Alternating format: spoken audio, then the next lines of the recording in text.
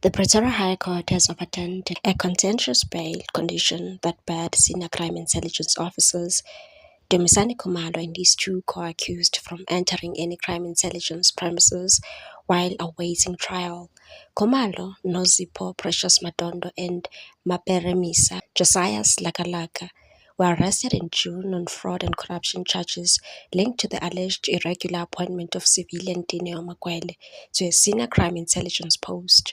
Prosecutors claim Makwele's hiring sidestepped standard vetting and recruitment procedures, implicating key figures in the unit's top management. While the trio's criminal trial continues in the Pretoria Magistrates Court, recently postponed as the state finalizes outstanding disclosures, they approached the High Court in a separate bid to amend their bail conditions so they could resume their duties.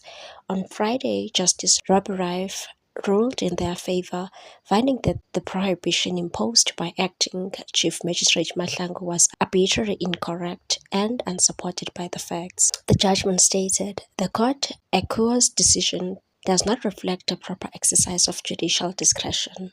The High Court removed the restriction entirely, clearing the way to the officers to return to work.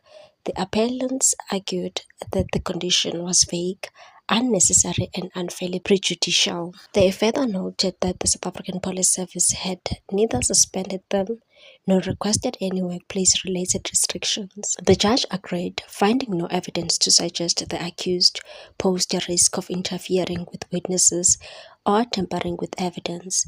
The judge criticized the magistrate for failing to explain the reason behind the restriction, saying this left both parties guessing about the basis for the decision, and said judges and magistrates are expected to give reasons to ensure accountability, transparency, fair appeals, guidance in future cases, and the public's access to justice. Khumalo, Madondo, and Likalakala still face multiple charges including fraud and contraventions of the Prevention and Combating of Corrupt Activities Act. Their criminal trial in the Pretoria Magistrates Court is set to resume on 13 February 2026.